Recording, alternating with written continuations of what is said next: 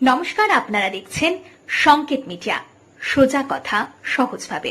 নমস্কার, সংকেত মিডিয়ায় আপনাদের স্বাগত। আজ আবারও আমি স্টুডিওয়ে সবিতা। আলাপচারিতায় আছেন সিনিয়র এডিটর পার্থপ্রসাদ চট্টোপাধ্যায়।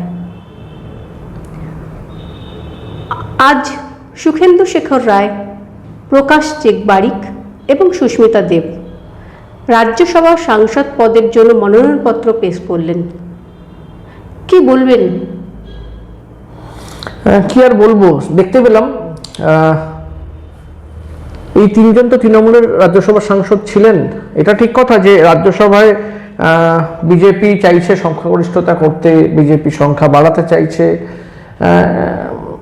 তাই আমরা যখন দেখেছি যে গত সপ্তাহে এই তিনজন তৃণমূল থেকে রেজিগনেশন দেওয়ার পর যখন বিজেপিতে জয়েন করলেন, তার কয়েক ঘন্টার মধ্যেই তারা বিজেপির টিকিট পেয়ে গেলেন। আজকেই তার মানে এটা ভবিতব্য ছিল, আমরা সবাই জানতাম, কারণ ঘোষণা হয়ে গেছিল। আজকে তাতে শিলমোহর পড়ল। বিষয়টা সেটা না যেটা নিয়ে খুব জোর চর্চা চলছে, সেটা নিয়ে দুটো কথা বলবো খালি। নতুন কিছু বলার নেই, চর্বিতা চর্বণ প্রায়। আপনারা সবাই জানেন 4 তারিখের পর, মানে মে মাসের 4 তারিখের পর বিজেপির রাজ্য সভাপতি সমীর ভট্টাচার্য বলেছিলেন যে আগামী 1 মাস তৃণমূলের কাউকে, কোনো কর্মী, কোনো নেতা, কাউকে বিজেপিতে আনা হবে না। তারপর এই সমীর ভট্টাচার্য বলেছিলেন যে আগামী 3 মাস তৃণমূলের কেউ, এমনকি অন্য কোনো দলেরও কেউ বিজেপিতে আসতে পারবেন না। কারণ রাজ্য সভাপতি বলতে চেয়েছিলেন, বোঝাতে চেয়েছিলেন যে যেসব নেতা কর্মীরা বিজেপির হয়ে সংগ্রাম করেছিল 21 বা তার আগে থেকে, তারা মাঠে লড়াই করেছে, মুখ চিতিয়ে লড়েছে, মাটি কামড়ে পড়ে থেকেছে, যারা লড়াই করে 26-এ বিজেপিকে ক্ষমতায় এনেছে, তাদেরকে সম্মান জানানোটাই বিজেপির প্রথম এবং প্রধান কর্তব্য ছিল। তাই অন্য দল থেকে কাউকে নিয়ে এসে দলকে আরো একটু ভারী করা প্রয়োজন নাই। এবং এই একই কথা রাহুল সিনহা, মানে সেই 90-এর দশক থেকে, মানে যখন বিজেপি সাইনবোর্ডের মতো ছিল প্রায়, সেই সময় বিজেপিকে রাজ্যের মূল স্রোতে নিয়ে এসেছিলেন যারা, তাদের মধ্যে রাহুল সিনহা অগ্রগণ্য। সেই রাহুল সিনহা রাজ্যসভার সাংসদ এখন, তিনি বলেছিলেন একই কথা। পরবর্তীতে কোনো একদিন সমীর ভট্টাচার্য এটাও বলেছিলেন যে যারা ভাবছেন যে বিজেপিতে চলে আসবেন, সেগুড়ে বালি নয় বোল্ডার। আগামী 3 মাস তৃণমূল কংগ্রেস থেকে শুধু নয়, অন্য দলের থেকেও যদি কেউ আসেন, সেখানে যোগদান বন্ধ। যদি বিজেপির কোনো নেতা, কোনো নিচু স্তরের কোনো কার্যকর্তা এদেরকে গ্রহণ করে, আর এর প্রমাণ যদি হয়, তাকেই বিজেপি ছাড়তে হবে। আমি আপনাদের মাধ্যমে প্রকাশ্যে বলে দিচ্ছি। তাহলে এটা কি হলো? ঢেকে গিলতে হলো। এটা ঠিক যে সমীর ভট্টাচার্য একার হাতে নেই, যিনি রাজ্য সভাপতি, তাকেই ঘোষণা করতে হয়েছে, তাকেই দলে নিতে হয়েছে, তাকেই নাম ঘোষণা করতে হয়েছে। এবং আজকে যখন এই 3 জন মনোনয়নপত্র দিতে এলেন, মুখ্যমন্ত্রী শুভেন্দু অধিকারীর সাথে সমীর ভট্টাচার্যকে আসতে হয়েছে। সমীর ভট্টাচার্যের সঙ্গে সামনেই ঘটনাটা ঘটেছে। আবার অন্যদিকে বলতে গেলে, মানে এই সোশ্যাল মিডিয়াতে ভাইরাল এটা, যে প্রাক্তন রাজ্য সভাপতি, দলের 2 বারের সাংসদ, রাজ্যের একটা অত্যন্ত বড় মুখ, কেন্দ্রীয় প্রতিমন্ত্রী ডক্টর সুকান্ত মজুমদার, তিনি কয়েকদিন আগে, ভোটের ঠিক আগে, একজনকে নিয়ে তোপ দেখেছিলেন। তিনি একা তোপ দেখে ব্যাপারটা থেমে থাকেনি। সেই খানকার মনস্টিজ্ঞা সাংসদ, তিনিও তোপ দেখেছিলেন প্রকাশ চেকবারিককে নিয়ে। তাদের দুজনেরই মোটামুটি বক্তব্যটা এক ছিল যে তারা গরুচোর, তারা টাকা তোলেন এবং সেই টাকা অভিষেক বন্দ্যোপাধ্যায়ের কাছে পাঠিয়ে দেন। সুকান্ত মজুমদার আরো এক কাঠি ওপরে গিয়ে বলেছিলেন যে আপনারা এই টাকার হিসেব রাখুন, ভোটের পর আমরা প্রকাশ সিং বড়াইকের ব্যবস্থা নেব এবং সেই টাকা আপনাদের মধ্যে ফেরত দিয়ে দেবো। তুমি সন্ধে হলে গরু পাচার করো, কোনো অসুবিধা নেই বাবা প্রকাশ, তুমি সন্ধ্যেবেলা ওটা চালিয়ে যাও। এই প্রকাশ সিং বাড়াই হোক, এর কাজই হচ্ছে ভাইপোর হয়ে গরু পাচার করা আর ভাইপোকে টাকা সাপ্লাই করা। ভাইপোর কাছে টাকা পাঠানো ছাড়া এর কোনো কাজ নেই। আর যতদিন টাকা পাঠাতে পারবে ততদিন রাজ্যসভা থাকবে, জেলা সভাপতির পদ থাকবে। সব জায়গাতে অ্যারেস্ট হচ্ছে।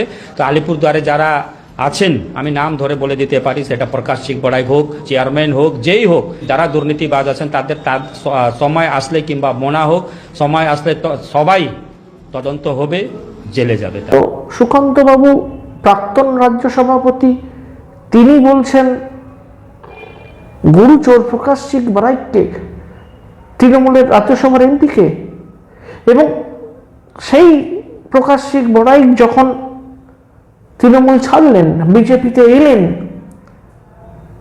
শ্রমিক ভট্টাচার্য বললেন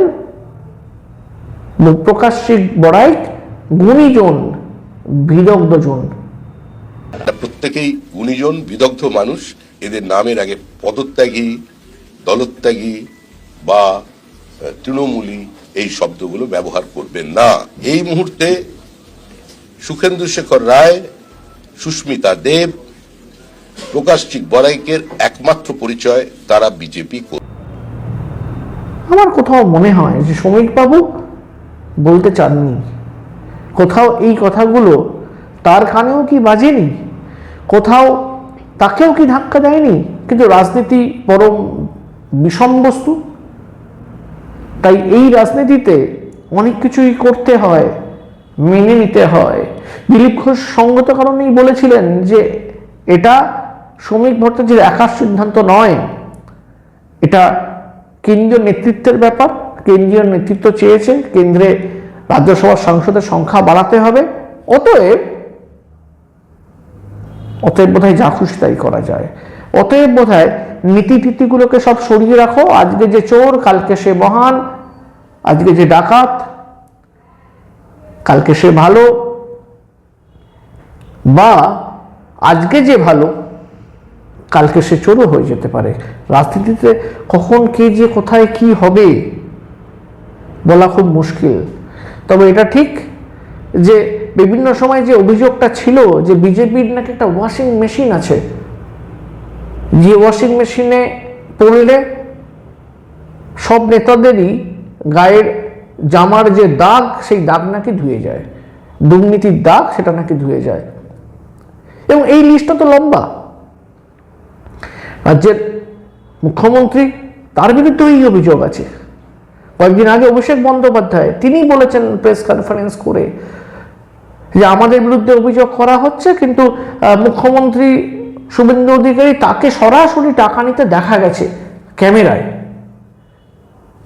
তো তাহলে কি হলো? এটা তো আমরা সবাই দেখেছি, আমরা কেউ ভুলে যাইনি। একই সঙ্গে যেমন তৃণমূলের অপরিসীম দুর্নীতির কথা বারে বারে উঠে আসছে, সাধারণ মানুষ হয় মান্যতা দিচ্ছেন বা চমকে চমকে উঠছেন যে এত। একই সঙ্গে বিজেপির ওয়াশিং মেশিনে ঢুকতে পারলে সেই সব কলঙ্কগুলো নাকি মুছে সাফ হয়ে যায়। এবং আমরা দেখেছি তৃণমূলের যাদের বিরুদ্ধে প্রবল অভিযোগ, আমি বলছি যে মেসি কাণ্ড নিয়ে অরূপ বিশ্বাসকে বিরুদ্ধে বিরাট অভিযোগ ছিল, তাকে হাজিরা দিতে হয়েছে, অথচ তিনি হঠাৎ ভালো তৃণমূল হয়ে যাওয়ার পর তার বিরুদ্ধে হঠাৎ করে অভিযোগগুলো কেমন স্তীমিত হয়ে গেল। তার বিরুদ্ধে নাকি অভিযোগ আর নাই, নাকি আছে, নাকি তার তদন্ত হবে, নাকি হবে না, নাকি তদন্ত হচ্ছে খুব ধীর গতিতে, নাকি বন্ধ হয়ে গেছে, কি যে হলো কেউ জানে না।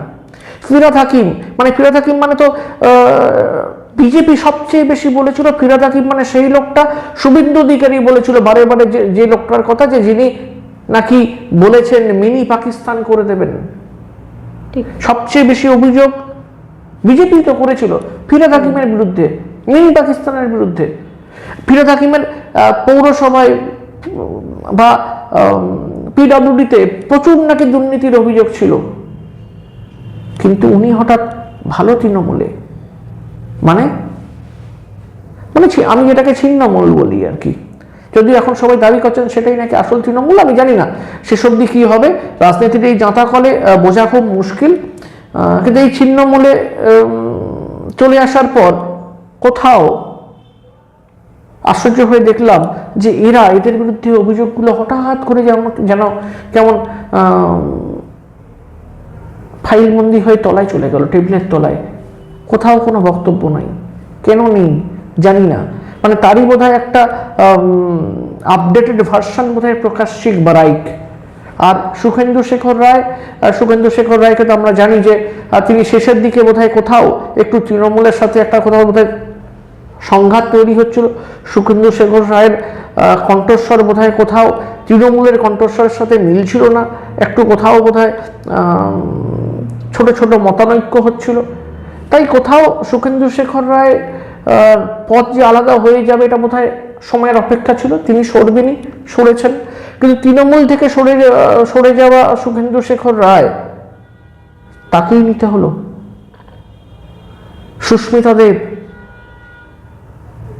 কংগ্রেসের এমপি শিলচর থেকে, সম্ভবত যতটুকু আমার স্মৃতি মনে করতে পারছি, আসামের সন্তোষ বন্দ্যোপাধ্যায় বিখ্যাত রাজনীতিবিদ কংগ্রেসের, তার মেয়ে সুস্মিতা দেব। সেই সুস্মিতা দেব কংগ্রেস থেকে তৃণমূলে এবং এখন বিজেপিতে।